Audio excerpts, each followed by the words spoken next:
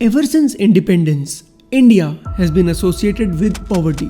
Poverty या गरीबी एक ऐसी प्रॉब्लम है जो इंडिया आज तक पूरी तरह सॉल्व नहीं कर पाया है। Every leader, every party has promised us one thing more than any other, that they will uplift us from this miserable state. हर गरीब के पास अपना पक्का घर हो, इसके लिए काम कर रहे हैं। हर गवर्नमेंट अपनी अपनी टर्म्स में वेलफेयर स्कीम्स लॉन्च करती है। Subsidies, free food, free water, free electricity भी देती है।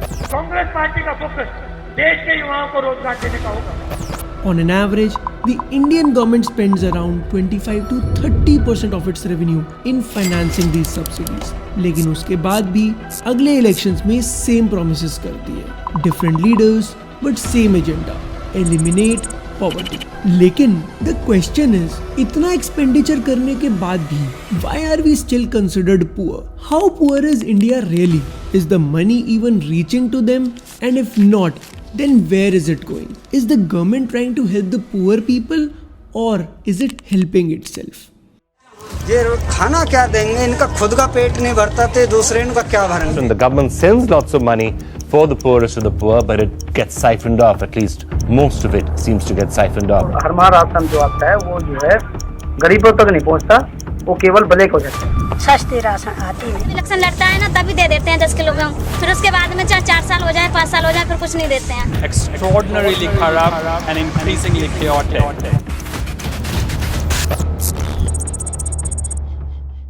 हाय guys, welcome to learners lounge. और आज के एपिसोड में हम एक ऐसी स्टोरी डिस्कस करेंगे which will reveal to you the true face of Indian politics and their so-called welfare schemes.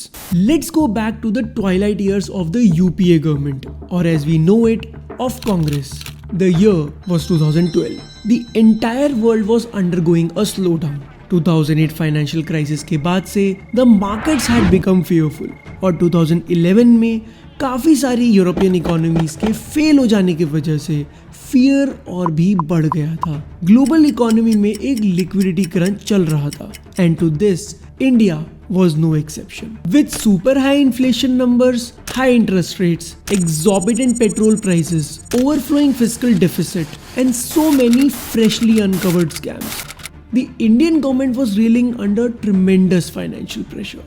और कांग्रेस के लिए सबसे बड़ी प्रॉब्लम थी द 2014 इलेक्शंस। दे न्यू कि अगर ऐसा ही चलता रहा तो they would lose the elections and in no time would be dethroned from their seats. खत्म, bye bye, tata. This made them desperate और कहते हैं ना, desperate times call for desperate measures. ऐसा ही एक मेजर कांग्रेस अब लेने वाली थी। देखो यार, किसी भी सोसाइटी के लिए दो कंसर्न सबसे क्रूशियल होते हैं। 1 economic growth and 2 improving the living standards of the poor people. अब लिविंग स्टैंडर्ड्स इम्प्रूव करने के लिए the government needs to spend money and that money comes from economic growth. That is higher production in the economy which translates into better profits and higher government income. लेकिन अब expenditure करने की भी दो approaches होती है। One is an indirect approach जिसमें government बड़े बड़े इंफ्रास्ट्रक्चर, हेल्थ केयर और एजुकेशन फैसिलिटीज में इन्वेस्ट करती है, जिससे ऑन अ ब्रॉडर बेसिस पूरी इकोनॉमी को बेनिफिट होता है and the living standard of the country as a whole improves. The second is a more direct approach जिसमें गवर्नमेंट सोसाइटी के कुछ नीडी सेक्शंस को सब्सिडीज या इनकम देती है to help them sustain their living. From the very beginning Congress second approach he use करती आई है, that is direct transfers of subsidies to the downtrodden sections of the society. In fact, Indira Gandhi के period में उनका सबसे बड़ा slogan था गरीबी हटाओ and so Congress was all about subsidies. पर इस डेस्परेट टाइम में जो सब्सिडी स्कीम वो लाने वाले थे, that was going to be the mother of all subsidies they had ever rolled out. It was called the Food Security Bill. Under this bill, Indian government 67% population को 5 kgs of rice, wheat और core serials guarantee कर रही थी for every month at a price of ₹3, 2 and 1 respectively. Although इससे पहले भी food grains poor sections को distribute किए जाते थे लेकिन for the first time, the government brought a whopping 67% people under the purview of a welfare scheme. The Food Security Bill was an expansion of the existing Indian public distribution system. A system जिसे आज तक India का सबसे corrupt mechanism बोला जाता है। Basically public distribution या PDS India का फूड ग्रेन डिस्ट्रीब्यूशन सिस्टम है which started from the Indira Gandhi reign. The simple aim was to deliver food grains to the poor people. For this system, Indira Gandhi government ने एक government body appoint की which was called the Food Corporation of India or FCI to manage the food grain distribution. FCI was given the responsibility कि वो food grains को farmer से procure करे at the minimum support price. That is at the prices जो government खुद set करती थी. After procurement, इन food grains को government silos में store किया जाता था, जहां से these food grains were sent to exclusive ration shops. Once these food grains reached the shops, poor people who were eligible under the scheme in grains को cheap rates पर bye कर सकते थे यूजिंग अ राशन कार्ड जो उन्हें government allot करती थी. So the government was basically paying for the food grains जो downtrodden sections of the society almost negligible prices में बाय कर रहे थे.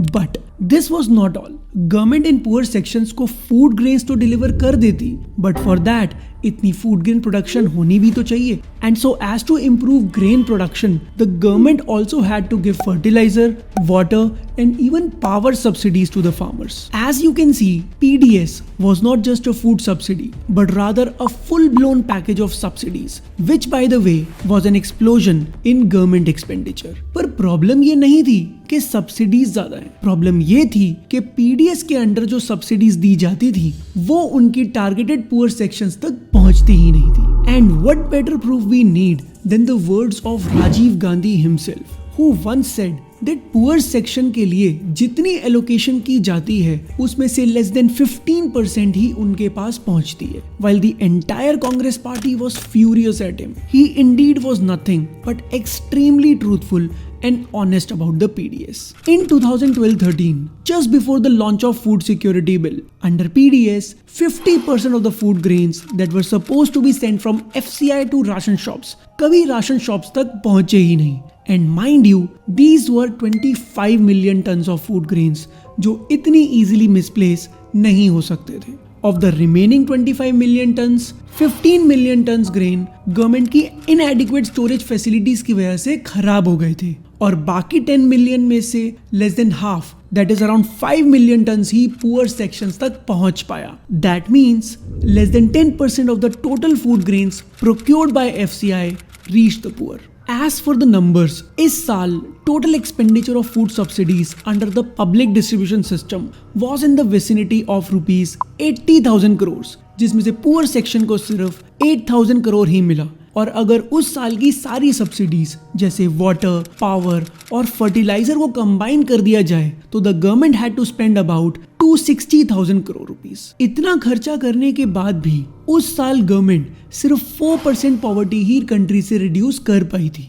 That is, only 4.5 crore people out of 25 crore were lifted out of poverty.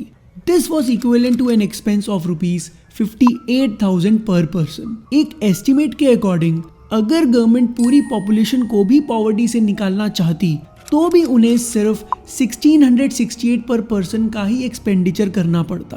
But the government was spending 58,000 rupees जो कि 1668 के required expenditure से रफली 30 times ज्यादा था. And by the way 2012 PDS की फंक्शनिंग का 35th ईयर था.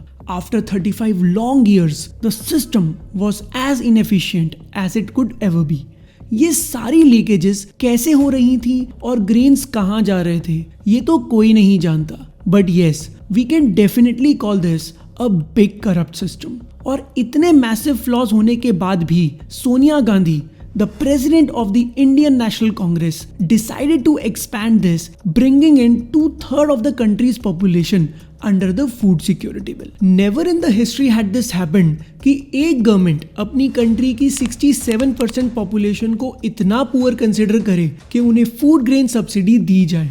वैसे According to a government committee at the time, India में below the poverty line population was around 22%. So how they came up to providing food security to 67% population is another debatable point. And so, in the year of such tremendous financial pressure, the government had decided to write another check. और वो भी कोई छोटा check नहीं. Surjit Bhalla, a prominent economist, estimated that after all the corruptions and leakages, food security bill की cost was going to be around 3,14,000 crores, a number truly unsustainable for India at that time. In fact, food security bill की timing को देखते हुए ऐसा बोला जाता है कि कांग्रेस को एक्चुअली फूड सिक्योरिटी नहीं बल्कि वोट सिक्योरिटी चाहिए थी. नेवरदिलेस, वोट सिक्योरिटी तो कांग्रेस को नहीं मिली, but they sure left us a highly corrupt system. Interestingly, while the BJP government, जो उस टाइम कांग्रेस की ऑपोजिशन थी, they were criticizing the bill in public. उनको लगता है कि फूड सिक्योरिटी बिल के नाम पर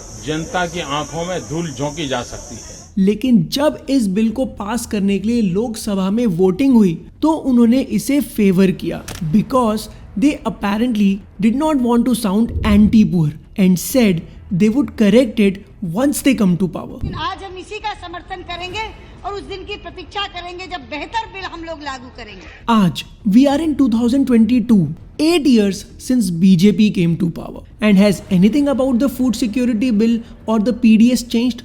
No.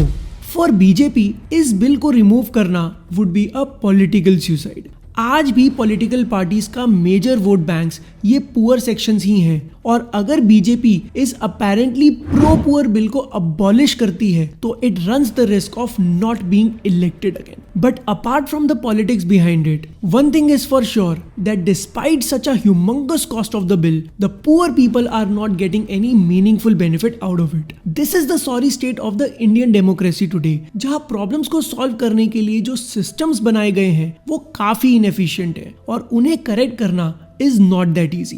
The biggest curse of democracies is that reforms don't come easy, and especially in a diverse country like India, government चाहे कोई भी reform लाए, कोई ना कोई protest तो जरूर करेगा.